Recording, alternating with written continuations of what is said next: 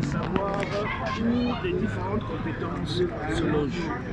Et donc, nous avons dit que nous le proposons à 3 tiers. Nous le proposons à 3 tiers. Le premier est le plus important au niveau des communes. Le deuxième intermédiaire au niveau des régions. Et finalement, troisième au niveau national, donc le Yaoundé. Il est évident que la taille ou la géographie des entités n'est pas ce qui importe. En tout cas pas aujourd'hui. Ce qui est important, c'est où va l'argent commun. Et le commun est défini par la péréquation. C'est-à-dire qu'on donne à une commune ou à une région, selon sa taille, selon ses besoins, sa taille géographique, sa population, etc. Vous avez droit à un certain montant et surtout selon votre niveau de sous-développement, dans vos besoins de développement, vos besoins sociaux, donc hôpitaux, écoles et tout ça, vous avez droit à une certaine allocation. Et c'est un calcul qui est fait, c'est une équation qui existe dans toutes les fédérations. Et donc aujourd'hui, si vous voulez avoir une région plus large, une commune plus large, vous aurez le montant correspondant à cette taille. Si vous avez une petite commune ou une région petite, vous aurez le montant correspondant à cette taille. Dans la taille de la commune ou de la région, n'est pas ce qui importe. Ce qui importe, c'est qui a les compétences, qui peut, comment dirais-je, décider du développement autour de vous. Et comme je l'ai dit, pour ne pas réinventer la roue, nous avons une tradition d'avoir déjà 10 régions. Je n'ai aucun problème avec les 10 régions, mais je répète ce que j'ai dit, ça sera au peuple camerounais de décider, et pas autre chose. Parce qu'il faudrait une conversation nationale autour de ce sujet.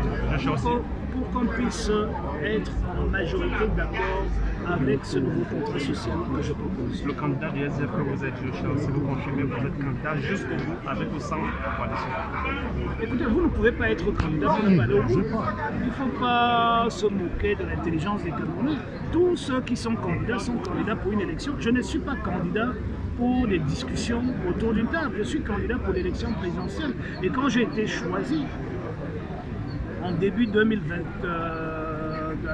2025 comme candidat du SDF dans un congrès extraordinaire de 2800 délégués, j'ai été envoyé pour gagner l'élection présidentielle. Et d'ailleurs, vous savez, il y a quelque chose que j'aimerais dire ici, que je n'ai pas dit dans la salle.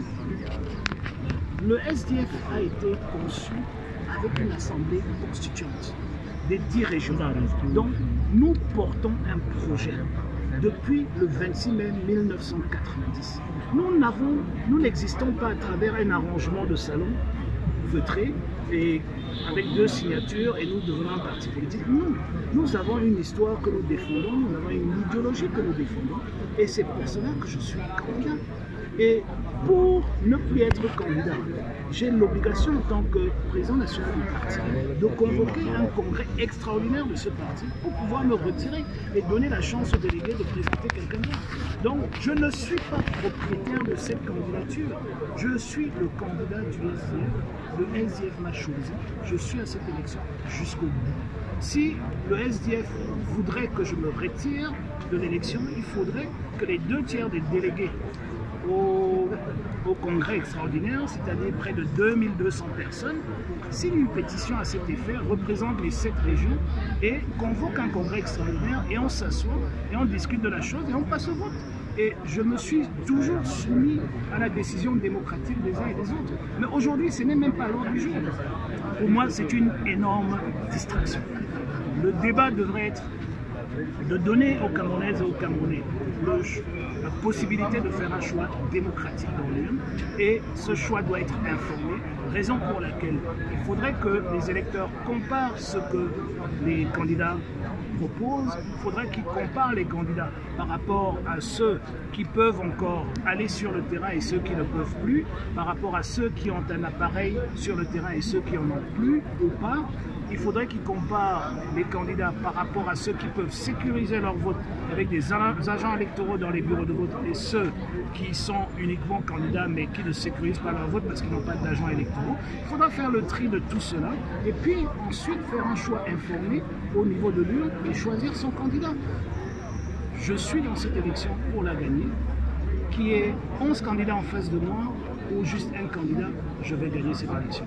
Et c'est ce que j'aimerais qu'on retienne de cette journée. Nous sommes décidés à gagner cette élection. Nous faisons tout pour la gagner. Nous faisons tout pour sécuriser ce vote. Nous avons commencé ce travail il y a 2 ans.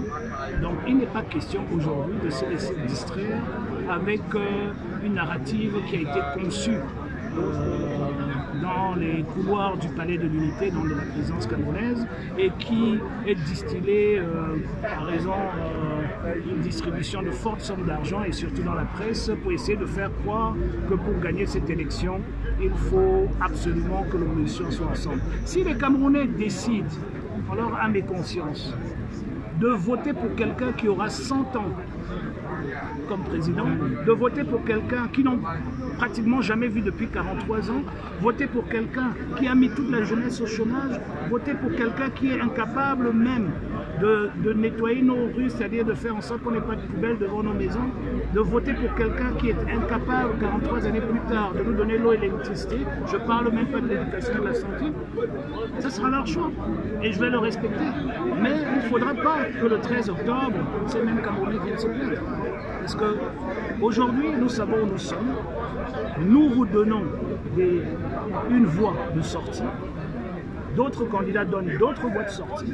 Comme je l'ai dit tantôt, malheureusement dans cette élection, il y a beaucoup trop de candidats qui visent le trône. Moi, je vise la République et c'est peut-être ça qui fait la différence avec les autres, parce que nous voulons un changement systémique, nous voulons changer le système dans ce pays et les Camerounais doivent comment aller faire leur choix. Il ne s'agit pas que les candidats se retrouvent quelque part pour imposer un choix sur les Camerounais. Les Camerounais seront libres de faire leur choix et je cause avec les Camerounais tous les jours et je suis presque certain qu'ils vont faire le bon choix le 12 octobre.